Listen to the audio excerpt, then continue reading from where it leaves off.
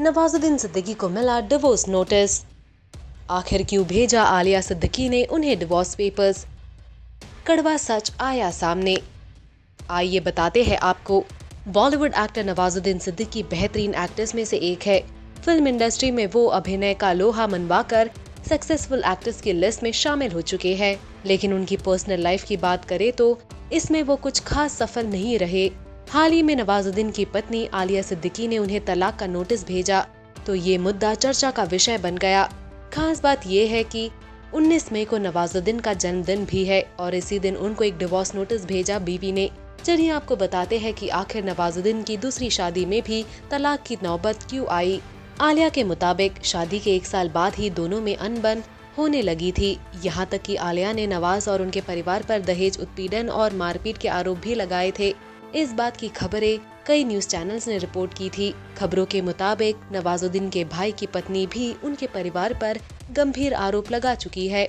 First post की report के अनुसार लखनऊ के एसपी राकेश जौली ने बताया कि नवाज के भाई की बीवी ने साल 2016 में अपने ससुराल वालों पर दहेज मांगने और मारपीट का आरोप लगाया था।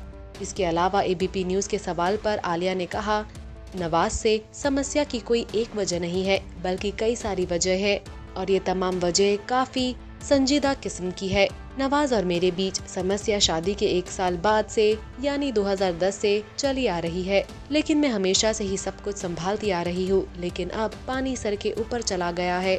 वहीं आलिया ने अपने रिसेंट इंटरव्यू में बताया कि उन्हें ये शादी अब खत्म करनी है। उन्होंने कहा, There are a lot of things that I don't want to bring in the public domain as of now, but our problem started soon after we got married over a decade ago. 2 months of lockdown gave me a lot of time to introspect. Self-respect is extremely important in a marriage. वो मेरी खत्म हो चुकी थी. I didn't have that. I was made to feel like a nobody. I always felt alone. His brother Shamas was also an issue. I have gone back to my original name, Anjana Kishore Pandey. I don't want to be reminded that I am using someone's identity for my benefit. Alia ने आगे continue करते हुए ये भी कहा, I want to go with the flow. I haven't thought much about the future, but I don't want this marriage anymore.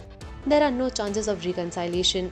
इतना ही नहीं, आलिया ने ये भी मांग की है कि उनके 2 बच्चों की कस्टडी भी उनको ही मिले।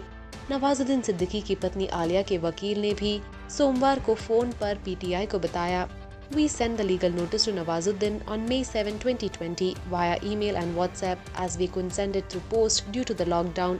Our client Mrs. Siddiqui has also sent him the notice, but he hasn't responded till date. The notice claims maintenance and divorce. I would not like to get into the contents of the notice as the allegations are serious and sensitive to the Siddiqui family. Well, आपका क्या कहना है इस पूरे मामले में? क्या आपको लगता है कि नवाजुद्दीन गलत है? हमें कमेंट कर बताना ना भूले। Also do like, follow and subscribe to Bollywood Now on Facebook, Instagram and YouTube.